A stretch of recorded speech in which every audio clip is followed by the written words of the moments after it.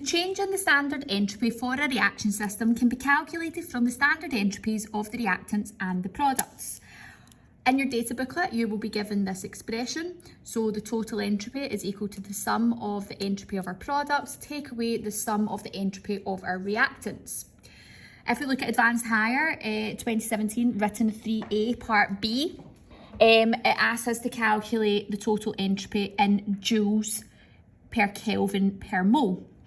So first thing I want to do is work out the overall entropy of my products. So from here, I can see that I have 2 ZNO plus I have 2 SO2. These are my products, which are given on the right-hand side of the equation given.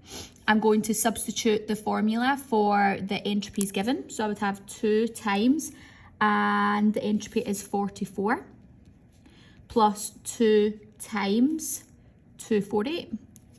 If I pop that into my calculator, 2 times 44 gives me 88, plus 2 times 248 gives me 496. I'm going to add those two values together.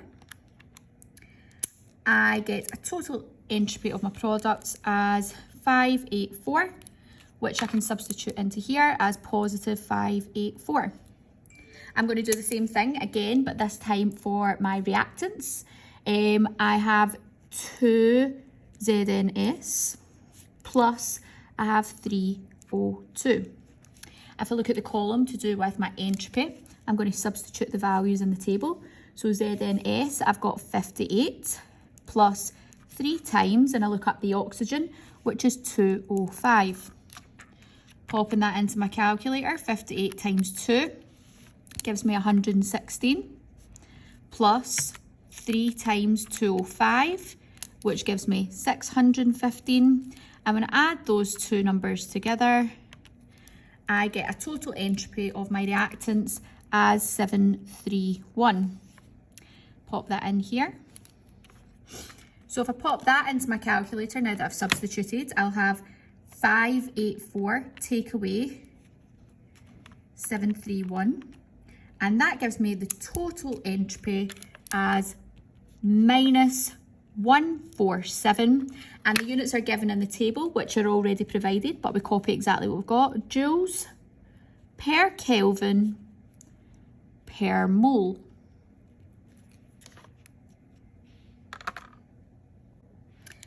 This next example is from the Advanced Higher SQPA past paper. That's a specimen paper, written 7A. Use this data to calculate the entropy change in joules per Kelvin per mole at 298 for this reaction. So I'm going to start off with my products, which can be found on the right-hand side of my equation. I have got UF4. I've only got one, so I don't put a number in front of it. Plus, I've got 2 times H2O. I substitute the values given in the table. I have UF4, which is 152. Plus, I've got 2 times water, which is 189, which means I've got 152 plus 2 times 189 gives me 378. I'm going to add these two values up together. That'll give me a total entropy of my product as 530. So I can substitute that into here. I want to do the same thing, but this time for my reactants, which are found on the left-hand side of the equation. So I have UO2 plus I have 4 HF.